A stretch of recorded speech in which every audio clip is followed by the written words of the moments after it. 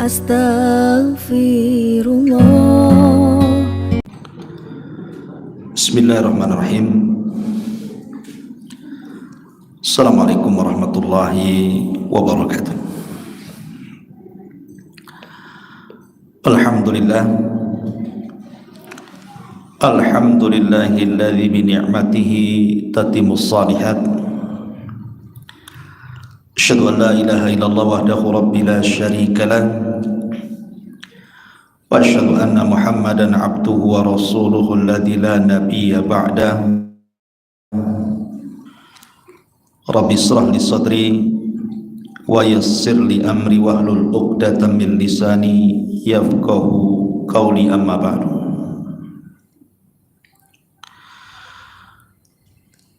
Ma'asyiral muslimat, ibu-ibu yang dimuliakan Allah Subhanahu wa taala.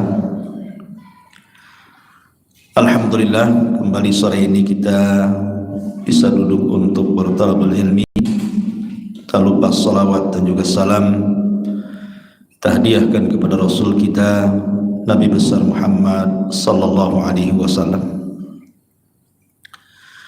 Pembahasan di sore hari ini,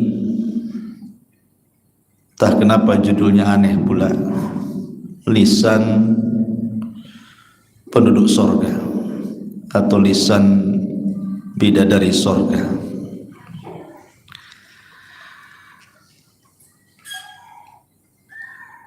Di dalam hadis Nabi sallallahu alaihi wasallam, dalam hadis qudsi Rasul mengatakan, a'dadtu li ibadis salihin ma la aynun ra'at wa la udhunun sami'at wa la khatara ala qalbi bashar. Kata Nabi sallallahu alaihi wasallam, Allah berfirman, aku telah peruntukkan untuk hamba-hambaku yang saleh, baik laki-laki ataupun perempuan, kenikmatan yang tidak pernah dilihat mata, didengar telinga, terlintas pun tidak bisa.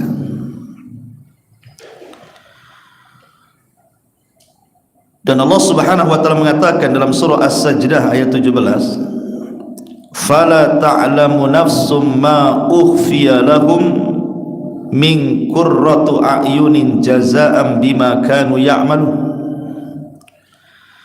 Maka tidak ada jiwa yang mengetahui tentang bidadari-bidadari yang nyaman dipandang oleh mata yang Allah sembunyikan di dalam sorga. Dan Allah juga mengatakan dalam surah Al-Insan ayat 20, wa idza ra'aita thamma ra'aita na'iman wa mulkan kabira. Dan apabila kamu melihat di sana, maksudnya sorga, niscaya kamu akan melihat berbagai macam kenikmatan dan kerajaan-kerajaan besar. Al-Imam Al-Qurtubi ketika memberikan catatan kepada ayat Al-Insan 20 ini, lamma kanatil muluku talbasu fid dunya al-asawira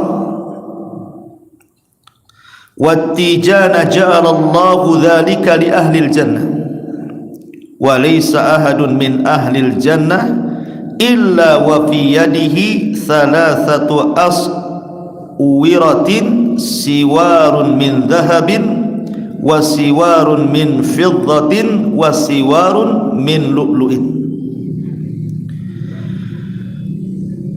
Tatkala para raja di dunia memakai gelang-gelang dan mahkota-mahkota, maka Allah menjadikan hal itu bagi para penghuni sorga. Tidak ada seorang penghuni sorga satupun kecuali di tangannya minimalnya ada 3 gelang. Gelang dari emas, gelang dari perak, dan gelang dari mutiara. Dalil-dalil ini menunjukkan tentang kenikmatan sorga. Di sorga itu tempat yang nikmat luar biasa. Sampai-sampai ketika Allah Subhanahu wa taala mensifatkan bidadari sorga,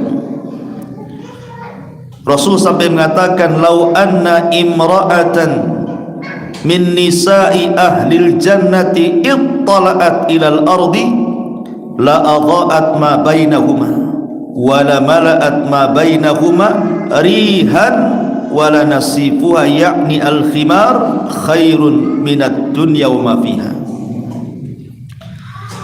Seandainya ada seorang wanita penghuni surga hadir di dunia, kata Rasul,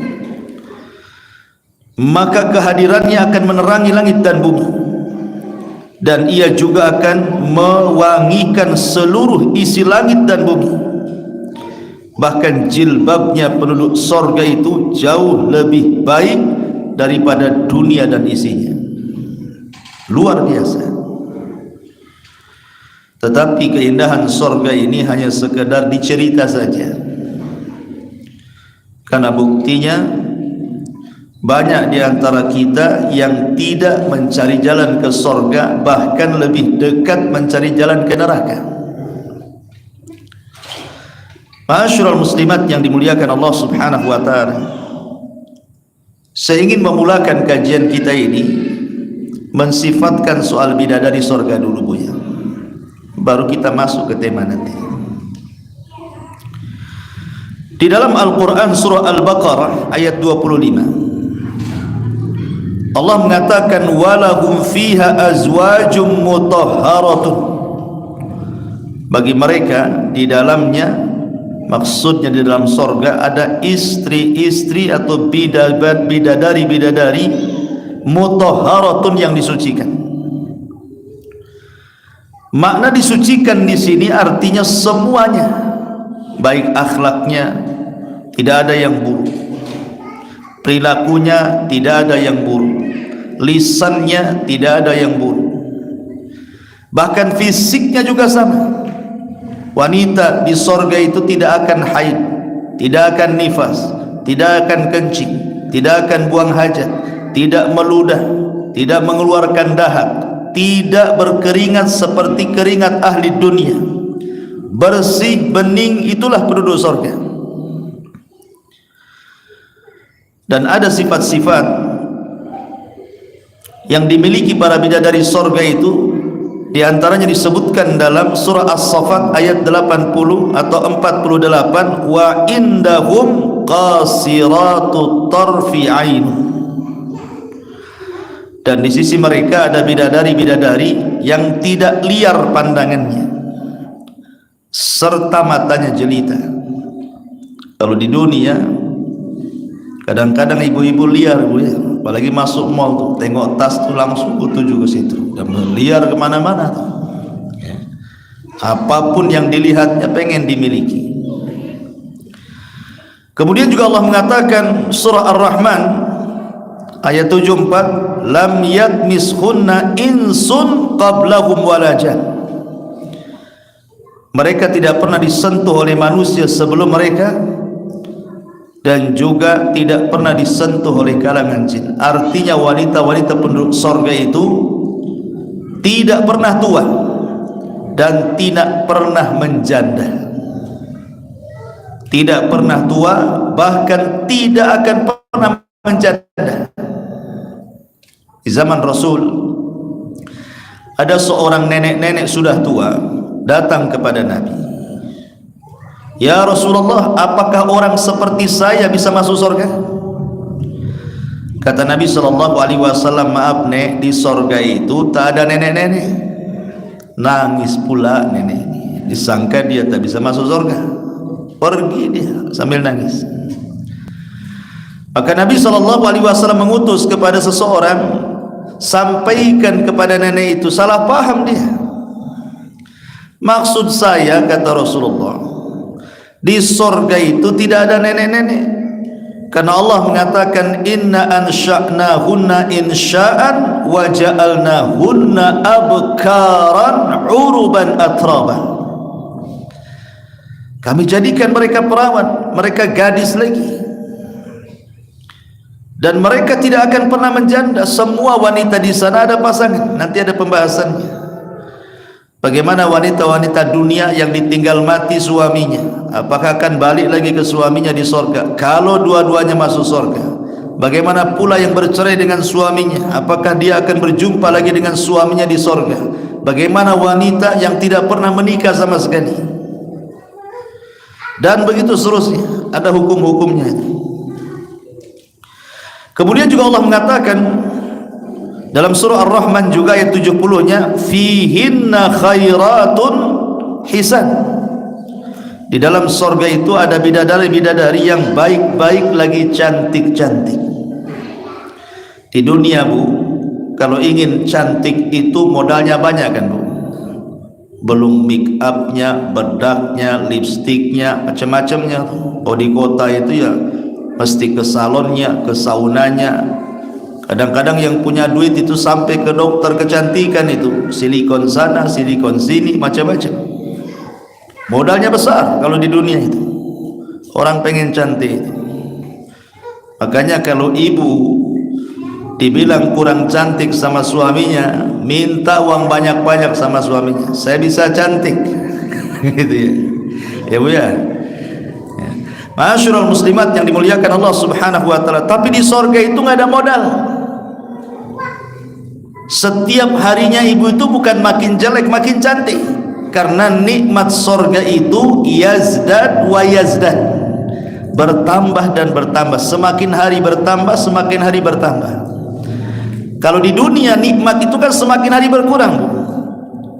Coba ibu nanti usia sudah 50 tahun ngaca, Bu. Nah, sekarang ngaca duluan. Nanti setelah 50 tahun ngaca lagi. Apa enggak jatuh semua? Alisnya jatuh, pipinya jatuh, semua serba jatuh. Udah tak cantik lagi.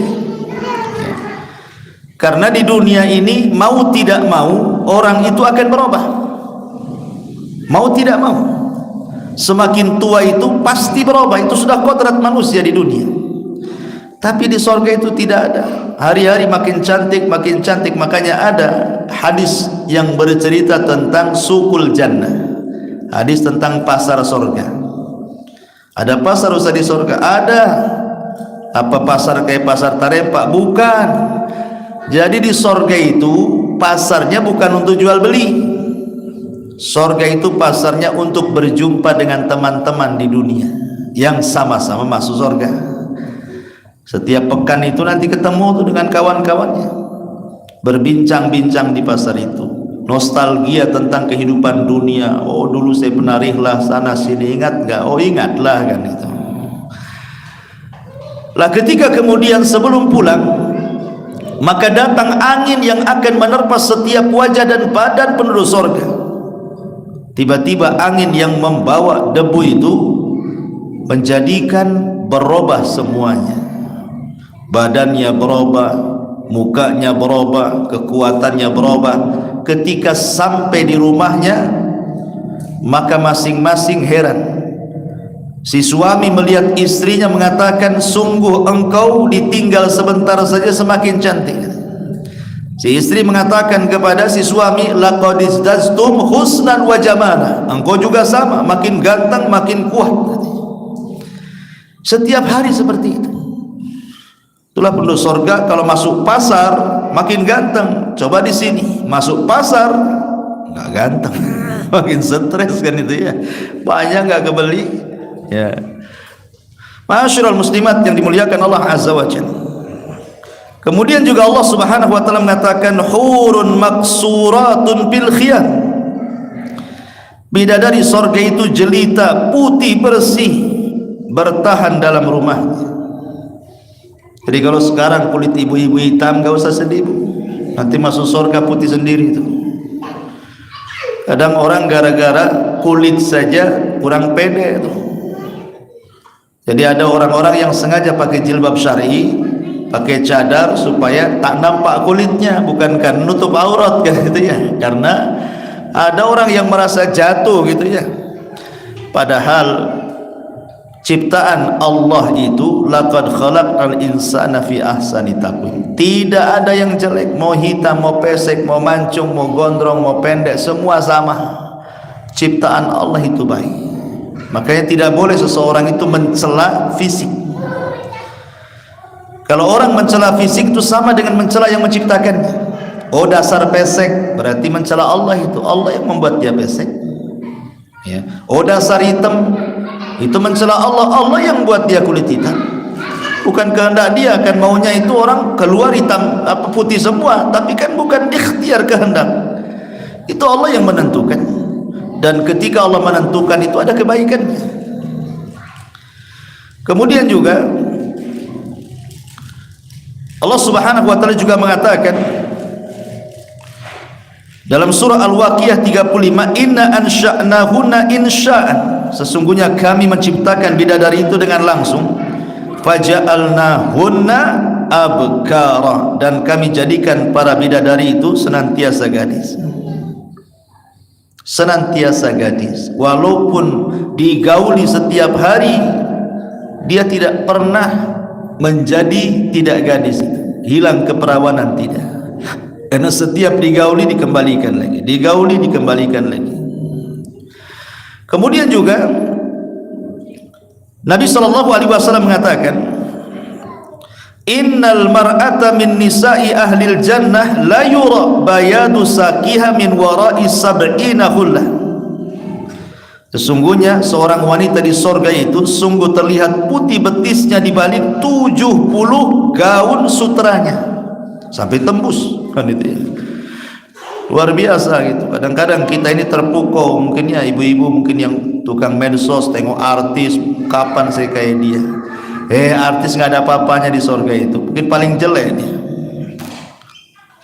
Masyarul muslimat yang dimuliakan Allah Azza wa Jalla. Kemudian juga Allah mengatakan ka'annahunnal yaqut wal marjan, seakan-akan bidadari itu permata yakut dan mutiara. Lihat bagaimana Allah istilahkan dengan yakut dan mutiara. Dan begitu seterusnya lah. Enggak usah kita jelaskan panjang lebar masalah bidadari ini. Ibu baca sendiri di Quran tentang bagaimana sifat bidadari itu luar biasa. Sekarang ada ummahat nyeletuk, Ustaz,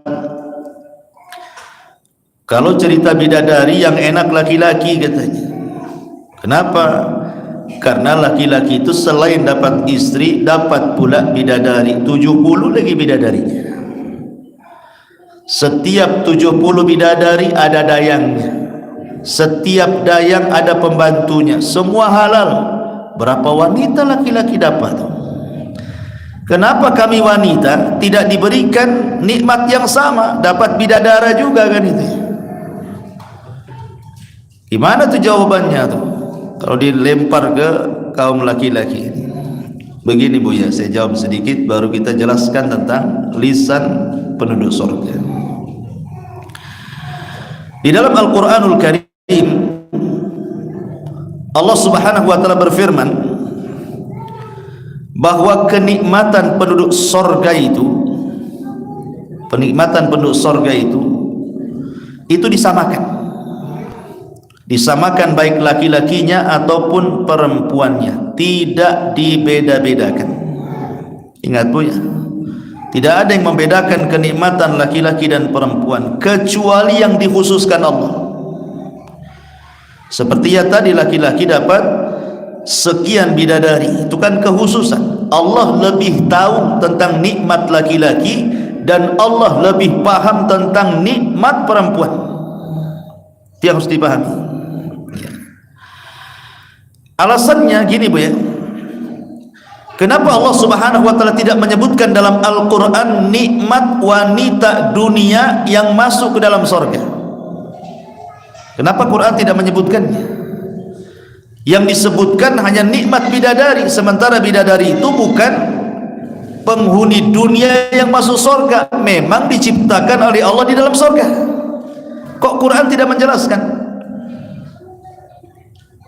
Sebagian ulama mengatakan bahwa wanita-wanita dunia kalau dia masuk ke dalam surga, maka dia jauh lebih cantik, lebih indah, lebih bening, lebih daripada bidadari. Makanya tidak diceritakan. Cukuplah bidadari itu sebagai gambaran. Kalau bidadari saja sedemikian cantiknya, Macam mana ibu yang masuk surga, gitu maksudnya. Dan ini ditanyakan oleh Ummu Salamah radhiyallahu anha kepada Rasul. Kata Ummu Salamah, ya Rasulullah, bagaimana nasib wanita-wanita dunia kalau masuk ke dalam surga? Kenapa Al-Quran tidak menyebutkan tentang keindahan mereka? Maka Rasul mengatakan bahwa wanita-wanita penduduk surga, wanita-wanita penduduk dunia yang masuk surga jauh lebih indah dibandingkan bidadari. Kenapa? Karena wanita-wanita dunia itu lelah letih dia masuk surga, sementara bidadari itu tidak ada lelah letih beramal, memang sudah di surga mereka karena amalannya itu. Kemudian yang kedua, wanita itu memiliki sifat malu. Wanita itu memiliki sifat malu, dan sifat malu itu biasa disembunyikan. Makanya kenikmatan wanita itu disembunyikan, tidak disebutkan. Yang jelas dia akan mendapatkan nikmat yang besar kelak di surga, tidak disebutkan. Cukuplah firman Allah Subhanahu wa taala tadi bahwa kenikmatan-kenikmatan surga itu fala ta'lamu nafsun ma ukhfiya lahum. Tidak ada satupun jiwa tahu apa yang disembunyikan dari nikmat-nikmat Allah di surga kelak. Karena yang disebutkan dalam Quran, dalam hadis itu tidak seberapa kenikmatan surga itu. Hakikatnya jauh lebih nikmat. Sehebat apapun saya menjelaskan kenikmatan surga, surga itu menyelisih apa yang saya jelaskan. Saking nikmatnya, karena nggak bisa dibayangkan. Ya. Kemudian Bu, surga itu miniatur dunia. Surga itu miniatur dunia. Maksudnya apa? Di dunia laki-laki itu dia hanya satu nikmatnya. Lihat ibu, kalau laki-laki itu hanya suka dengan perempuan saja, tapi kalau perempuan itu terbagi kenikmatannya. Dia suka dengan laki-laki, suka dengan sepatu, suka dengan sandal, suka dengan tas, suka dengan perhiasan, suka dengan baju, celana, macam-macam kan Bu. Makanya lihat, ada laki-laki itu pakai baju seminggu gak ganti-ganti Bu, karena nggak begitu suka dia dengan baju. Tapi kalau perempuan nih, ada ya kawannya pakai baju baru, bermerek, cantik, bagus, pasti ibu melirik, didekati, disentuh, beli di mana Om katanya. Gitu ya. Laki-laki nggak ada tuh, ada kawannya pakai jubah, nggak peduli. Tapi kalau perempuan begitu dia, tengok kawannya bawa tas bagus, pengen juga kan itu. Kawannya pakai anting-anting, gelang-gelang, kalung-kalung, pengen juga. Jadi kenikmatan wanita itu beragam. Kalau saya analogikan seperti ini Bu, mudahnya ya. Ada laki-laki dikasih pilihan dua wanita. Yang satu hitam, jelek, kriwel, pokoknya enggak, pendek, pokoknya enggak ada lah, enggak tertarik. Tapi dia kaya Bu, kaya dia. Yang satu pula cantik sekali, tinggi, cantik, putih, pokoknya cantik, miskin dia. Laki-laki itu milih yang kedua, nggak mungkin milih yang pertama. Bapak kaya, sakit hati nanti, malu dibawa-bawa gitu. Coba kita balik Bu, ibu dikasih dua laki-laki, yang satu ganteng luar biasa, yang satu jelek. Yang jelek ini miliarder, rumahnya banyak, gajinya ratusan juta, apapun yang ibu mau per bulannya ratusan juta. Yang satu pula ganteng-ganteng nganggur, tak punya duit, hutang banyak, dikejar debt collector. Kira-kira milih mana Bu? Gitu ya. Pasti ibu milih yang jelek, yang penting kaya. Dari analogi ini saja kita sudah tahu bahwa kenikmatan di dunia saja sudah beda tuh. Makanya kenapa di sorga juga demikian, ada kenikmatan itu yang luar biasa. Makanya di sorga itu tidak ada kecemburuan Bu, karena ibu itu cantik terus. Karena ibu cantik terus, bahkan lebih cantik di antara bidadari sorga, makanya tidak akan cemburu. Tapi kalau di dunia nih, suami berpoligami dapat istri muda, ibu pula sudah tua, jelek pula kan itu, pasti cemburu tuh. Poligami kok cari yang kayak gini, yang sama-sama tua lah saya sama saya banget.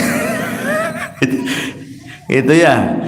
Karena di dunia ini pasti tua sih masalahnya. Jadi makanya di surga itu nggak ada apalagi ketika orang masuk surga itu mau sudah dicabut kecemburuannya kan. Wa naza'na ma fi sudurihim min ghillin ikhwana. Cabut perasaan penyakit-penyakit hati itu sehingga nggak akan cemburu lagi. Karena kenikmatannya dengan laki-laki itu dilupakan, ada nikmat yang jauh lebih besar bagi wanita itu. Ma'asyiral muslimat yang dimuliakan Allah Azza wa Jalla. Kemudian juga apapun yang dikehendaki di surga itu pasti ibu dapat. Di dunia bu, terkadang ibu punya kehendak dan belum tentu dikabulkan kan bu. Minta sama suami, tolonglah bang, orang sebelah itu baju bagus, tas bagus, gelang-gelang, anting-anting, kapan lah saya dikasih katanya, asibok kresek sana sini katanya. Belum tentu dikabulkan suami kan bu. Ibu punya kehendak itu belum tentu dikabulkan suami. Paling suami paling tinggi, ya nanti nabung dulu, sabar kan itu. Macam-macam jawabannya. Tapi di sorga itu keinginan ibu dilaksanakan, ada semua. Apapun yang kita kehendaki Allah kabulkan. Pertanyaan, di sorga bisa hamil nggak Ustaz saya? Bisa punya anak nggak di sorga? Kata ulama mengatakan penduduk sorga itu tidak akan hamil. Penduduk sorga itu tidak akan punya anak. Penduduk sorga itu hanya senang-senang saja sama suaminya, tapi tak punya anak. Kenapa demikian? Begini bu ya, anak di dunia itu berapa tahun lah lucu-lucunya? Coba bu, 3 tahun masih lucu lah kan, 4, 5, itu kalau udah 7 tahun nyebelin tuh, udah mulai nakal dia. Kalau sudah belasan tahun kurang ajar tuh, kasih tahu tak mau, apalagi usia-usia SMP, tuh degil-degilnya tuh. Jadi kenikmatan sama anak itu sebentar di dunia itu. Tapi di sorga itu walaupun ibu ndak punya anak, nggak mengandung, nggak melahirkan, ada anak-anak juga di sana. Anak-anak orang kafir yang mati masuk sorga, anak-anaknya orang yang beriman gitu ya. Makanya Allah mengatakan dalam Al-Quran itu, yatufuna alaihim wildanun mukhalladun. Maka akan ada anak-anak kecil yang lucu-lucu. Lucunya itu mukhallad bu. Mukhallad itu lucu terus, nggak ada waktu-waktu nggak lucunya, lucu terus gitu ya. Itulah luar biasa anak-anak yang ada di sorga itu ya. Ma'asyiral muslimat yang dimuliakan Allah Azza wa Jalla. Kemudian juga yang namanya kehamilan, yang namanya kelahiran itu kan menyakitkan kan. Di sorga itu tidak ada yang menyakitkan. Karena kalau wanita hamil itu gerak aja susah, dia tidur aja susah, apalagi sudah besar kan. Makan aja kadang-kadang muntah. Nanti pula melahirkan, meregang nyawa pula kan itu. Banyak perkara-perkara yang menjadikan kemudian tidak ditiadakan di sorga itu, karena tadi di sorga itu darun ni'mah ya. Darun ni'mah itu maksudnya tempat semuanya nikmat dari Allah subhanahu wa ta'ala, tidak ada keperitan di sorga itu. Ma'asyiral muslimat yang dimuliakan Allah subhanahu wa ta'ala. Baik, kita akan masuk ke pembahasan kita, lisan calon-calon penghuni surga. Ma'asyiral muslimat yang dimuliakan Allah Azza wa Jalla. Para ulama mengatakan bahwa kebanyakan orang masuk ke dalam neraka itu disebabkan lisan. Bahkan kebanyakan kaum wanita yang masuk neraka itu gara-gara lisan. Kebanyakan wanita masuk neraka itu gara-gara lisan. Dan itu disabdakan oleh Nabi SAW. Kata Nabi SAW, ra'aitun nar fa idza aktsaru ahlihan nisa. Aku diperlihatkan neraka, ternyata kebanyakan penghuninya itu perempuan. Kemudian sahabat bertanya, kok bisa kebanyakan penghuni neraka itu perempuan? Apakah mereka tidak sholat? Sholat juga. Apa mereka tidak ibadah? Ibadah. Puasa, sedekah, macam-macam ibadahnya. Lalu kenapa mereka bisa masuk surga? Masih bisa banyak di neraka? Kata Nabi SAW, walakinnahunna yakfurnal ashir. Kesalahannya cuma satu. Karena wanita itu suka kufur dengan lisannya kepada suaminya. Kalau suaminya ini bertahun-tahun berbuat baik sama ibu, satu hari berbuat salah, ibu katakan, engkau belum pernah berbuat baik kepada aku, engkau tidak pernah memberikan perhatian kepada aku, engkau begini, keluar semua tuh. Ya. Dari sini menunjukkan bahwa wanita-wanita kebanyakan masuk neraka itu gara-gara lisan. Jadi kalau ibu ingin masuk surga, jaga lisan. Seperti apa menjaga lisan itu? Saya fokuskan kepada perempuan ya. Laki-laki itu jarang pakai lisan, dia pakai tangan aja dia. Lama pakai lisan itu. Ada perkataan Al-Imam Al-Ghazali yang disebutkan juga di dalam Syarah Ghayatul Muntaha, ketika menyebutkan wanita-wanita yang dilarang untuk dinikahi karena punya sifat-sifat buruk. Kemudian disebutkan sifat-sifat buruk itu apa saja. Kata beliau ada 6 sifat buruk yang ada pada seorang wanita. Yang pertama kata beliau, kata Imam Al-Ghazali rahimahullahu ta'ala, yukrahu nikahul hannanati wal mannanati wal annanati wal haddaqati wal barraqati wasyadzaqati wal mumarridati. Apa maksudnya di sini? Ini ibu harus jauhi sifat-sifat ini, Bu.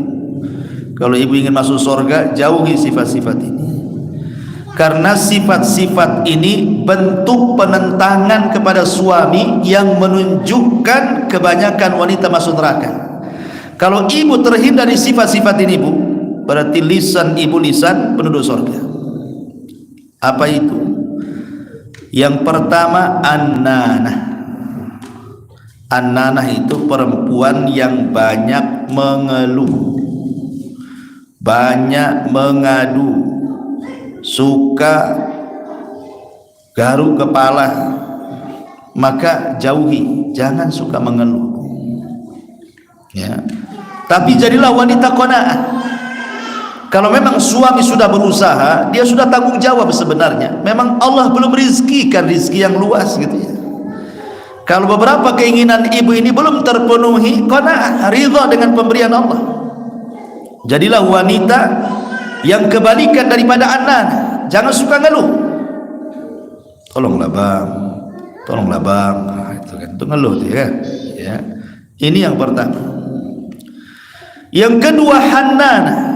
Hannanah itu perempuan yang menyayangi suami orang lain atau menyayangi anak dari suami sebelumnya hingga mengabaikan hak suami yang baru. Ini kalau memang posisinya dia janda menikah dengan suami baru.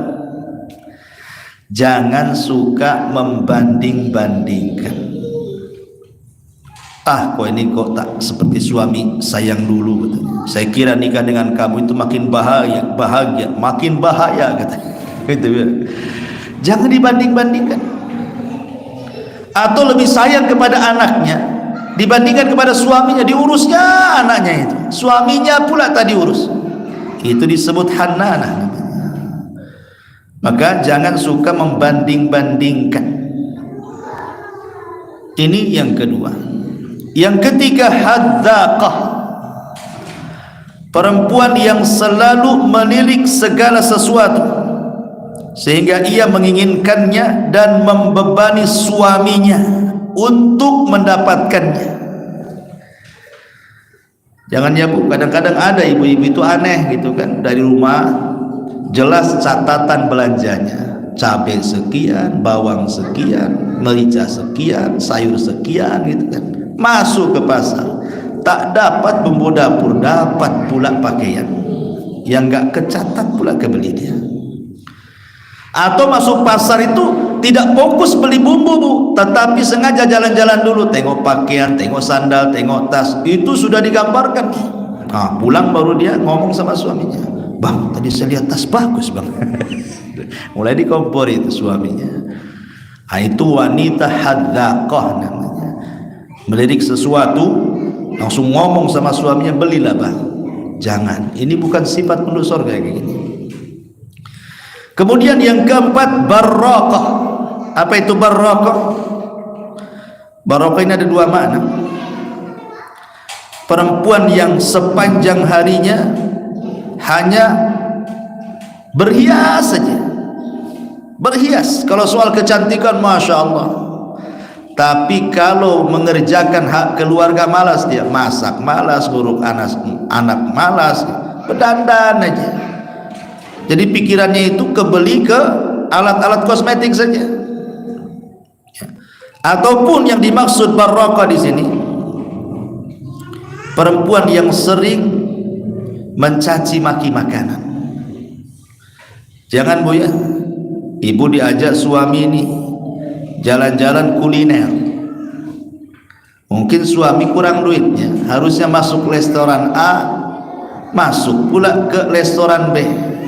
Harusnya ke warung makan terkenal, masuk pula ke warung makan biasa. Harusnya ke yang berbintang, singgah pula di kaki lima umpamanya. Dalam pesan makanan, ya memang ibu pandai masak gitu, tapi lah hormatilah suami sudah belikan makanan itu. Jangan bilang, masakan pula masih lebih baik daripada ini gitu. Ada tuh ya, ngapain kau bawa ke sini, masakanku lebih baik katanya. Ini hanya kasih garam, kasih ini, kasih. La haula wala quwata illa billah. Nggak boleh kayak gitu. Nabi itu tidak pernah mencela makanan. Kalau suka dimakan, kalau tak suka tinggalkan. Tidak usah dicaci makanan itu. Ya. Atau ibu ke kondangan, mungkin di kondangan masak, kan namanya kondangan pasti kan ada makanan. Kemudian ibu makan sedikit, sampai rumah ngomong sama suaminya, makan kenyang ya di sana kan, di kondang apa makanannya gak enak. Ibu ya, jangan Bu, itu namanya barokah, itu tak boleh. Kemudian yang selanjutnya, yang kelima, syadzaqah. Jadi yang pertama mannanah, yang kedua hannanah, yang ketiga hadzaqah, yang keempat barokah, yang kelima sadzaqah. Apa itu sadzaqah itu? Ini perempuan yang cerewet. Sadzaqah ini perempuan yang cerewet, perempuan yang banyak ngomong. Makanya Rasul itu tidak suka gitu ya. Kata Rasulullah SAW, "Inna abghadakum ilayya wa ab'adakum minni majlisan yaumal qiyamah ats-tsartsaruna al-mutasyaddiquna al-mutafaihikuna." Sesungguhnya orang yang paling aku benci sesungguhnya yang paling aku benci dan paling jauh tempat dudukku kelak pada hari kiamat denganku adalah seseorang yang banyak bercoloteh, orang-orang yang gemar bicara, dan al-mutafaihikun. Di sini dijelaskan. Jadi sadzaqah itu Bu, mungkin kalau kasarnya mulut ember lah gitu, mungkin bahasa kitanya ya. Dasar mulut ember itu. Maksudnya banyak ngomong gitu. Padahal seorang wanita itu kan lebih ke perasaan malu sebenarnya kan. Jadi kalau tidak ada manfaat di situ, tidak usah banyak bicara. Ya, apalagi kalau sudah merepet, kita pula satu kalimat, ibu pula 100 kalimat. Ya. Jadi itu tidak suka yang seperti ini Rasul. Ini disebut dengan sadzaqah yang kelima. Kemudian juga yang keenam, mukhtali'ah. Mukhtali'ah itu perempuan yang dikit-dikit minta cerai, minta khulu. Tidak boleh, tidak boleh sedikit-sedikit ada masalah dengan suami, dah kita cerai aja. Nggak bisa kayak gitu, nggak boleh ya, kecuali minta cerainya itu jelas ada udzur syar'i. Suaminya selingkuh, nggak ngasih nafkah, nggak pernah sholat, wajar kan, syar'i gitu ya. Suami dah bagus, ya mungkin agak kasar sedikit lah, kan bisa didoakan Bu, mudah-mudahan dia bisa berubah gitu ya. Karena belum tentu juga cerai dengan suami yang pertama kemudian menikah dengan suami kedua lebih bahagia Bu. Saya contohkan, dulu di zaman Nabi ada seorang sahabat namanya Hasan ibn Thabit. Hasan ibn Thabit ini khatibun Nabi, dia seorang orator karena dia juru bicara Nabi. Orangnya hitam, pendek, ya gak ganteng gitu ya. Istrinya pula paling cantik. Istrinya paling cantik. Ya lah, biasanya yang nggak ganteng-ganteng itu istrinya cantik. Yang ganteng-ganteng pula istrinya tak cantik. Gitu ya. Jadi istrinya itu kalau mandang suaminya lagi jalan dengan kawan-kawannya itu, kawan-kawannya ganteng-ganteng pula gitu. Jadi istrinya itu merasa suaminya paling jelek sendiri.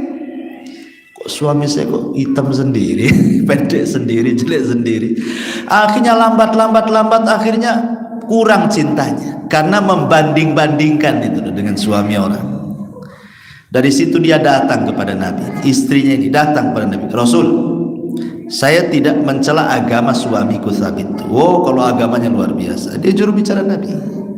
Tapi saya takut kufur kepada suamiku karena aku sudah tidak cinta lagi. Tadi karena banding-bandingkan ketampanan. Jadi kata Rasul, terus mau apa? Kata istrinya Hasan ini, saya mau cerailah. Kemudian dipanggilnya Thabit, ya Hasan ibn Thabit, ini istrimu minta cerai, ini gimana ceritanya? Kata Hasan, enggak saya akan ceraikan. Kemudian kata Rasulullah, lihat Hasan tidak mau menceraikan kamu. Istri yang ngayal, enggak saya mau cerai.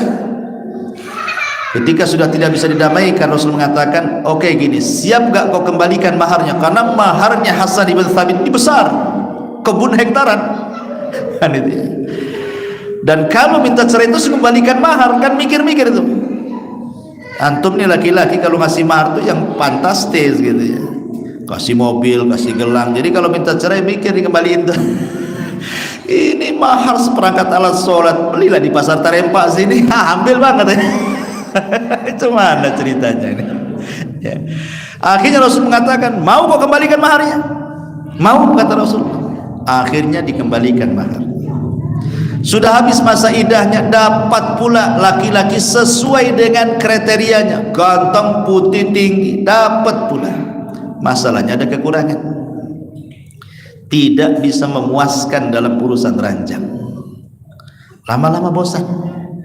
Dia mengatakan, masihlah mendingan suami lama Hasan ibn Thabit, aku puas dibandingkan dengan suamiku yang baru ini, katanya. Akhirnya dia minta cerai lagi, tapi Hasan ibn Thabit tak mau kembali. Dari sini menunjukkan apa? Terkadang apa yang kita anggap baik belum tentu baik, gitu maksudnya. Tapi apa yang kita anggap jelek, jangan-jangan ada kebaikan pula di situ. Ya, maka janganlah jadi wanita yang suka minta cerai. Ya, kalau memang ada jalan yang bagus, janganlah kayak gitu. Ya. Ataupun yang ketujuh, akhir, wanita fasik. Ya, wanita fasik itu kalau depan suaminya malaslah berdandan dia itu. Malas, padahal kalau minta uang sama suaminya itu hanya untuk beli make up, beli bedak, beli apa-apa gitu ya. Tapi sudah dibelikan, tak pula dia dandan di depan suaminya. Malah kalau kondangan pula rapi-rapi, cantik-cantik, harum-harum. Nah, ini cerita gimana? Nah, ini tanda-tanda wanita fasik yang seperti ini. Tabarruj namanya, tidak boleh. Ya. Kemudian juga yang kedelapan, an-nashiz, perempuan yang merasa lebih tinggi di atas suaminya. Kadang-kadang dia ngomong asal nyeplos saja.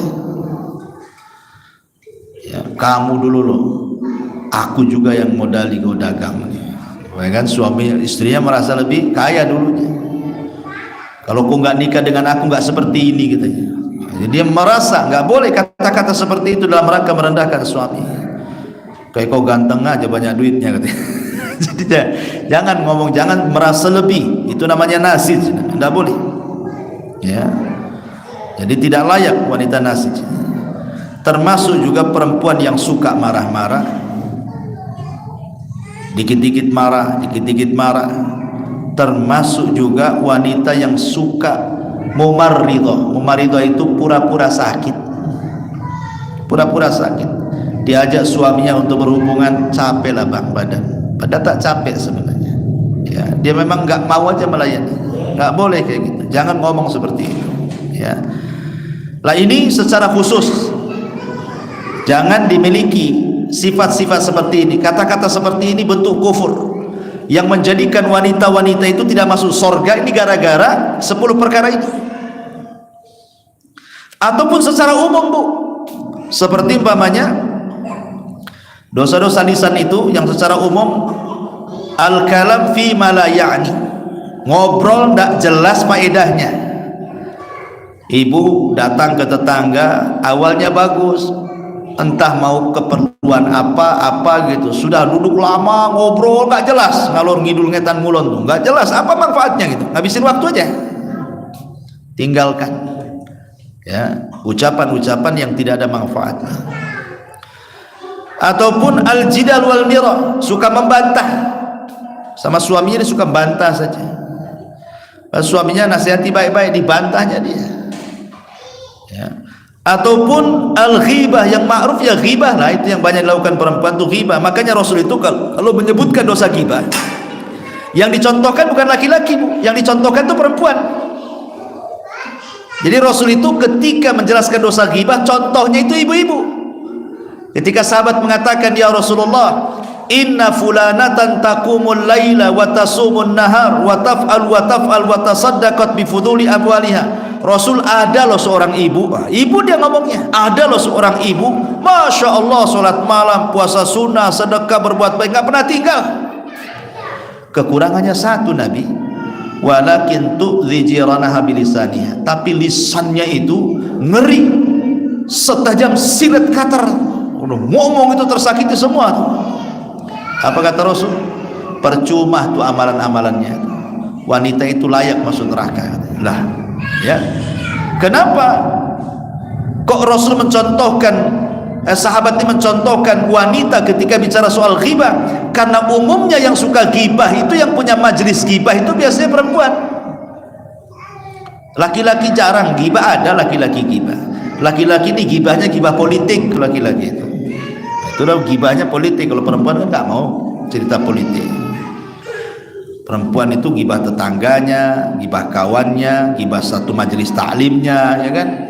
Nah, ini hindari, karena ini bukan perkataan penduduk sorga. Di sorga itu nggak ada ghibah. Di sorga itu tidak ada yang menyakiti. Semua lisan penduduk sorga itu salam. Makanya pertama kali masuk ke dalam sorga, ucapan penduduk surga, malaikat mengatakan apa? Salamun alaikum bima sabartum. Keselamatan bagi kalian atas kesabaran kalian. Dan Allah pun langsung mengucapkan salam kepada penduduk surga. Dan seluruh penduduk surga ucapannya salam. Apa salam? Ucapannya selamat, tidak memadaratkan diri sendiri, tidak pula menyakiti orang.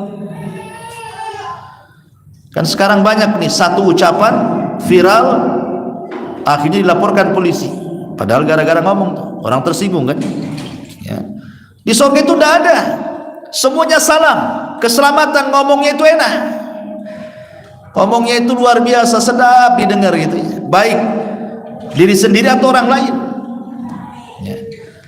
Termasuk juga jangan sampai as-sukhriyah, mengejek, kan ada tuh ibu-ibu suka ngejek kawannya, jangan. Termasuk ifsya'u asrarin nas, menyebar keburukan orang, yang lebih parah lagi keburukan keluarga pula disebar. Ini bahaya. Itu bukan sifat penduduk surga tuh. Ataupun namimah. Oh, namimah ini bahaya lagi. Kompor gas ke sana kemari, dinyalain sana, nyalain sini gitu ya. Akhirnya orang bertengkar. Termasuk juga al-madhu li ghairi mustahiqqi, memuji sesuatu yang bukan tempatnya untuk dipuji. Al-bada'ah, tulisannya jorok, kotor gitu ya. Al-la'nu, tukang laknat. Kemudian juga al-khusumah, suka bertengkar dengan tetangganya, lisannya itu pedas sekali. Ataupun suka menuduh, ataupun memuji diri sendiri gitu ya, ataupun menyakiti orang dengan lisannya, mengeluarkan kata-kata kufur. Di masyarakat ini mudah orang mengeluarkan kata-kata kufur ini. Kalau bukan karena kamu, ini hati-hati ya. Kalau bukan karena Allah gitu. Dan begitu seterusnya ya. Jadi kalau ingin kita menjadi penduduk surga, artinya wanita-wanita ingin menjadi lisan-lisan bidadari surga, maka perbaiki ucapan. Kata Rasul, ucapkan yang santun kalau tidak bisa diam. Ucapan yang santun kalau tidak bisa diam. Jadi inilah diantara pembahasan kita, bahwa yang paling banyak seseorang wanita masuk ke dalam surga adalah wanita-wanita yang menjaga lisan dan tidak kufur kepada suaminya. Dan tadi saya sudah sebutkan bagaimana bentuk kufurnya kan. Wallahu a'lam bishawab. Kalau ada yang mau bertanya, silakan. Kalau tidak juga nggak apa-apa.